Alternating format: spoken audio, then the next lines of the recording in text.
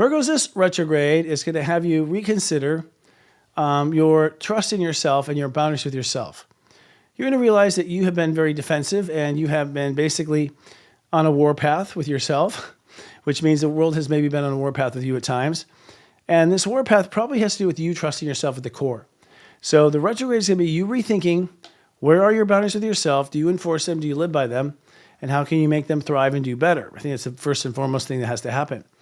Once that happens, then Mercury goes into Pisces, and you begin to now look at the possibilities of what relationships can be at large.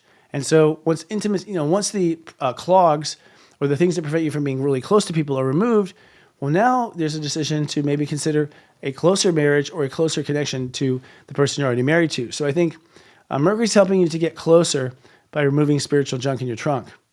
Now, the conjunction of the Sun and Neptune and the Sun and North Node in Pisces means that you are now having a spiritual rebirth when it comes to long-term partnerships. And I've talked to a couple of Virgos who've been working on stuff, and they told me it's like they haven't found the one just so much yet, but they have gotten rid of the ones that don't work. So I hear you're cleaning house, and I think as part of this clarity, with the Sun conjuncting Neptune and the North Node, I think you're going to have even greater clarity. Now, the Sun in the Aries means that it's now time to look at boundaries completely different. Your boundaries aren't necessarily to save your life. Your boundaries are to refine your life, to polish your life, to make things go a little more smooth and less black and white. I think that a lot of reasons why Virgos are so upset on the inside quite often is because Aries rules the eighth, and because everything that's a change is sort of almost seen as a friction.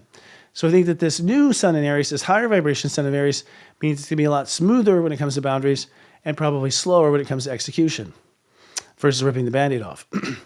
Then lastly, this trine between the Sun and Uranus, Saturn and Uranus. Saturn is saying, hey, it's time to take responsibility for long-term partnerships, and that will directly lead to purpose. So the astrology suggests here that long-term partnerships and purpose are almost two married parts of yourself. When you're marrying the person, you're marrying a purpose of yours, and when you're divorcing or leaving a person, you might be leaving a purpose of yours. So there's a connection now of partnership leads to purpose.